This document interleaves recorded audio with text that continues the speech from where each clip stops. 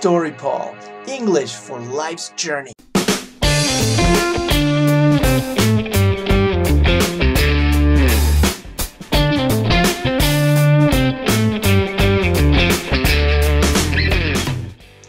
Hi and welcome. You know, a few months ago I had to go downtown to pick up a document. Now, normally I would have just taken the subway for such a trip, but I only had 45 minutes. So I decided to take my car. And a little bit before I left, I thought, what if I take a camera and a microphone and I just record the whole situation?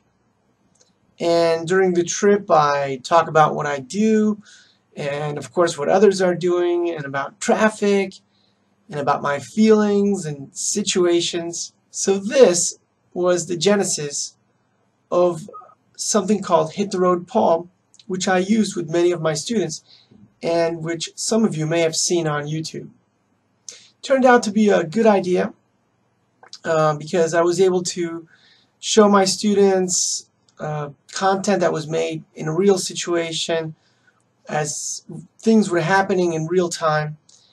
And when that happens, we tend to speak differently. We tend to be less formulaic about our language, and as it turns out, we turn to be more authentic.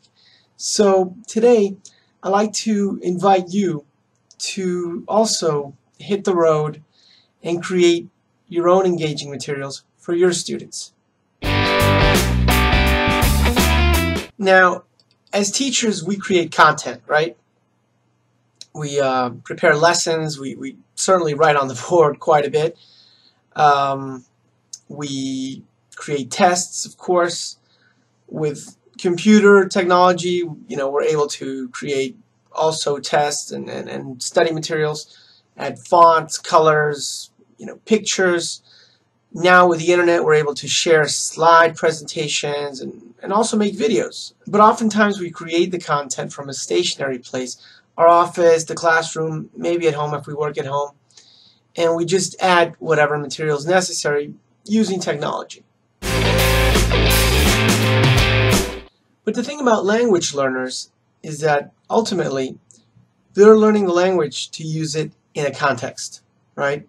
They're not going to be sitting at home for the rest of their lives repeating verb tenses or vocabulary or even specific sounds that they learn in pronunciation.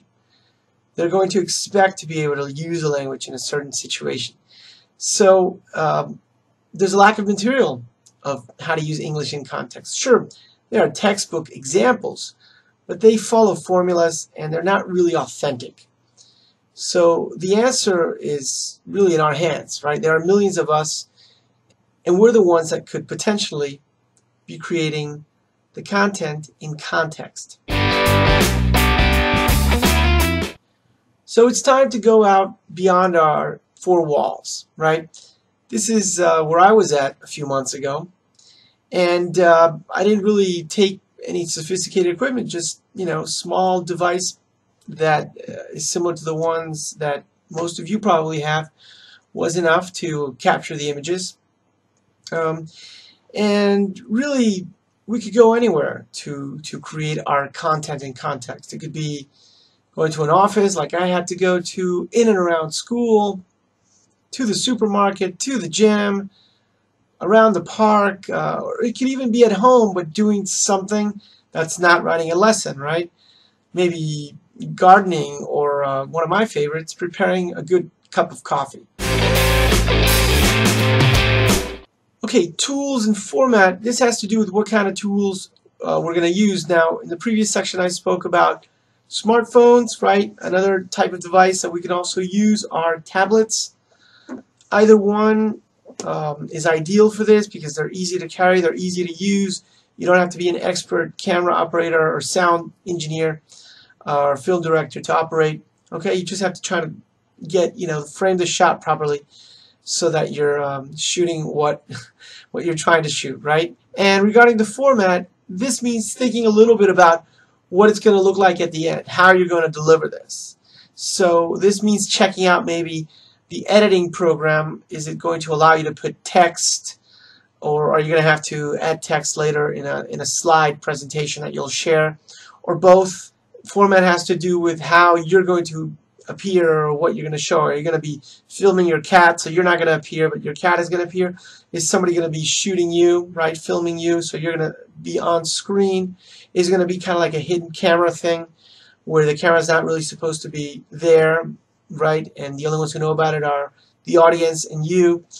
So whatever idea you have in mind, and you can have a lot of fun with this, that's your format. And if somebody else is going to intervene, like maybe you're going to have a conversation with somebody at the supermarket, and you're going to be shooting this with a smartphone, it might be a good idea to tell them beforehand that you're an English teacher, you're doing this for a class. They're going to go along with it. The only place where you're not going to be able to shoot with one of these is inside a bank. Okay, by experience, what we really mean here is not the experience that you're going to go record, right? The context, although of course that's important. We're talking about the experience of the person watching this, of the student, because as you go to one of these places and create your content and context, whether it's the supermarket, or you film your cat, or you film yourself gardening, or having a conversation with a friend, the student watching this is going to live through your experience in a way that's not possible if you're just generating, a lesson on the board or on a Word document. Okay, now pay special attention here. We have to extract language from our recorded experience. We're faced with this situation of, ooh, do I have a language lesson that I can do here? All present perfect or all WH questions? The answer is absolutely no, you do not. Okay, what you have is a sum of many things. You're going to have some grammar points in there that you could teach, the way you use grammar, some pronunciation points, some idioms and phrasal verbs, and the sum of those will be your lesson. It's how you spoke about that subject, or how you and another person spoke about a subject. That's the authentic language. That's what they're not going to find in a textbook. So don't worry about the language component being perfect or homogeneous. It won't be. Storytelling, my favorite topic. Now, you do not need to tell your experience in the way of a traditional story. That's really not what we mean here. By storytelling, what we're talking about is just make sure you have an order that fits a logical telling of an experience. A beginning, a middle, and an end. That's all it means. Make sure you show us those different parts of a process, whether you're washing your dog or making coffee or shopping at the supermarket. Now, of course, you don't have to show us every single second. You can take out all the boring parts and just show the key moments. By multimedia, what we mean is taking advantage of all the tools that are available today to blend different elements. So, for example, with Hit the Road Paul, I created the videos, of course, which was my main content and context. I created study guides on SlideShare. They were PowerPoint presentations, but I uploaded them to SlideShare. And I did a few study quizzes on Class Marker. That's a website that allows you to create tests. And I put those three things together, and a photo gallery as well, on TAC. Right? TAC is a really nice website that allows you to create all kinds of presentations and blog posts and articles. It's very multimedia friendly. So basically, it's like I created a course that has all the necessary elements in one place.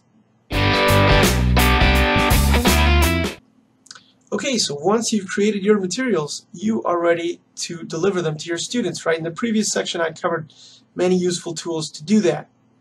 But beyond that, what's really great, what's really in the spirit of the online teacher is to share the materials you create. Okay, the logic behind this is that we have a lot of formal materials from books with charts and lists of vocabulary and whatnot, but we need more authentic material created by teachers. Okay, we need more content and context. So you're definitely welcome and invited to use the materials I create. I definitely use a lot of the material created by my fellow teachers, and I hope to be using the materials that you create too. Thanks so much for joining me.